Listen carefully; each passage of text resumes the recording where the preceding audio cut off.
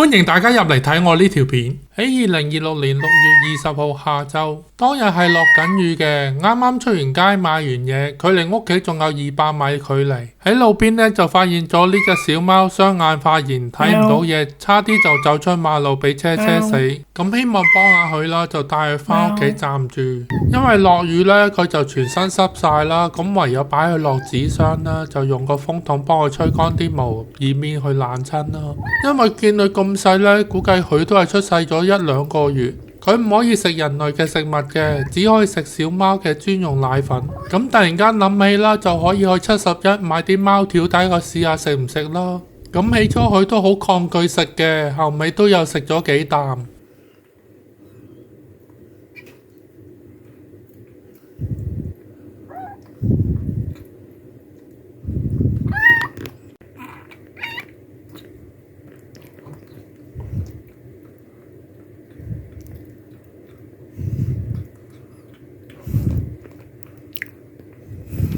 咁擺咗啲貓條落一個碟仔啦，就希望佢自己識食。可能睇唔到啦，咁佢自己呢就冇食。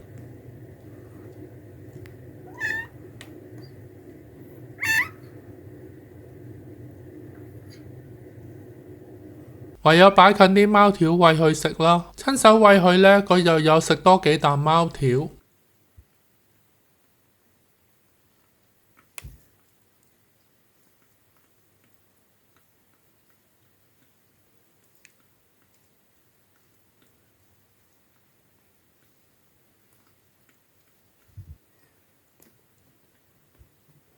食多幾啖呢，佢就另歪面唔食。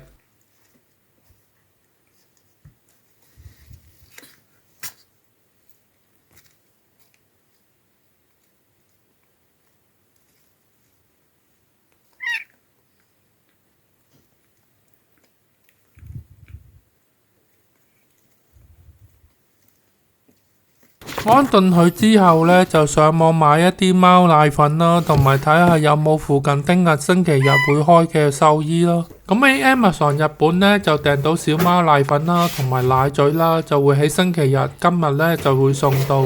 咁亦都好彩啦，揾到一間星期日上晝會開嘅獸醫診所啦。過咗一晚，點都要帶呢隻小貓去獸醫診所檢查一下，睇下有冇咩特別情況。咁間獸醫診所呢，都距離我屋企好近嘅，大概行20分鐘就到。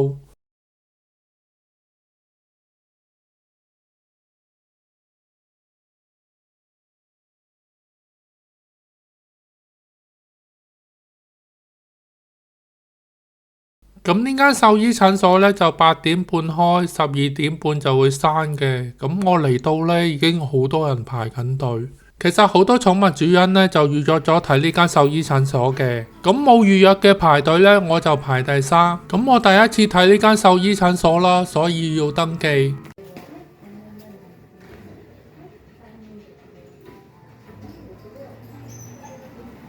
由於我嚟呢間獸醫診所事前呢，就冇預約啦，咁預約咗嘅主人呢，就睇先嘅。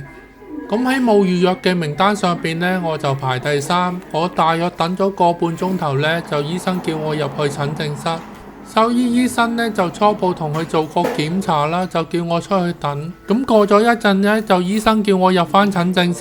咁獸醫醫生話呢隻小貓雙眼發炎，要用眼藥水同埋要用抗生素，加上小貓全身都有好多虱啦，就要杜虱。本來獸醫醫生呢，就想幫呢隻小貓驗下啲大便有冇生蟲，可能呢隻小貓好多日冇食過嘢啦。獸醫醫生話呢，就揾唔到少少糞便去檢驗。咁獸醫醫生呢，就開咗一啲抗生素啦，同埋眼藥水啦，仲有免費送一包小貓奶粉俾我。咁睇完獸醫醫生呢，就返屋企休息啦。咁我影返琴日喺呢個路邊呢，就執到呢隻小貓。咁我上網查返呢，原來喺日本路邊執到小貓呢，或者其他動物呢，係必須要去警察所嗰度備案嘅，因為屬於路邊撿到財物。咁我睇完獸醫之後呢，就返到屋企。咁喺中午嘅時間呢，亦都收到 Amazon 日本送嚟嘅小貓奶粉同埋奶樽。咁由我執到呢隻小貓之後，大概已經1日啦。咁佢只係食過幾啖嘅貓條。咁我第一時間就開啲小貓奶粉餵佢。咁咁好多年前呢，我喺香港呢就養過4隻龍貓，我係有經驗用針筒呢就餵一啲小動物食藥啦，同埋食嘢。咁小貓呢就好抗拒我用奶樽餵佢飲小貓奶粉，只係簡單飲咗幾啖。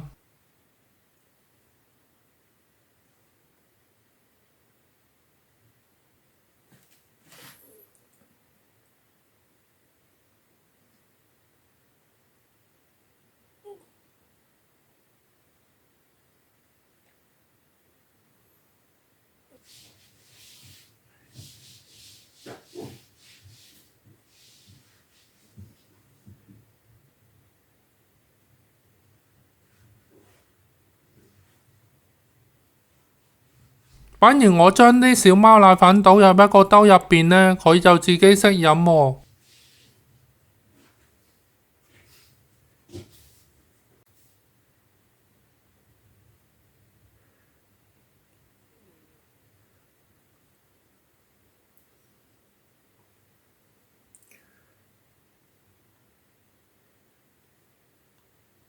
咁我時不時有睇下佢啦，睇下啲奶有冇少到。咁之後發覺呢，佢就唔肯自己飲啦。咁我時不時會用奶樽餵下佢，但係每次用奶樽餵佢呢，佢都唔肯食好多。咁我見到佢食咗少少奶之後呢，就要休息瞓覺。咁我就唔打擾佢休息。咁喺半夜嘅時間，我喺2樓瞓覺嗰陣時呢，時不時都聽到佢喺1樓嗰度叫嘅。咁我又起身睇下佢啦，又開啲小貓奶粉餵下佢啦。咁佢都係食得好少。咁喺星期日嘅早上起身睇下佢啦，就發現佢嘅呼吸越嚟越微弱啦，最後尾呢就冇呼吸死咗。雖然喺星期6下晝先遇上佢喺星期1上晝已經離開咗。咁我唯有好好安葬佢，幫佢簡單清潔個身體嗰時呢，就發現有一粒大便，證明佢都食過嘢，消化到同埋有大便。我用咗一個香港帶嚟嘅彈筒鐵盒呢，就安葬佢。俾咗一條貓條陪佢啦，用咗一啲模型油幫佢打咗個手印啦，剪低佢一啲毛髮同埋指甲嚟留念。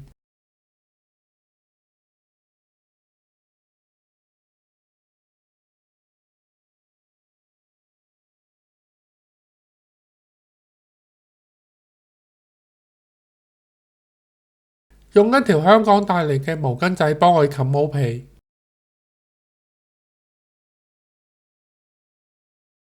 揾咗一條喺街執嘅羽毛陪佢。呢隻小貓應該係女仔嚟嘅，我就用我嘅偶像小藍魷魚嘅英文名 Yui 幫佢起咗個名。同小貓 Yui 講咗一段短嘅悼詞之後，就喺自己間屋嘅花槽挖咗個窿安葬佢。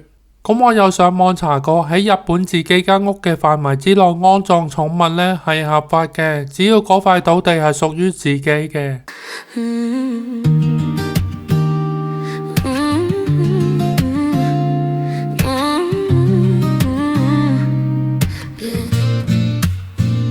Like autumn leaves that fall with grace, but tired of storms that leave no trace. Cold winds blow, then skies turn gray.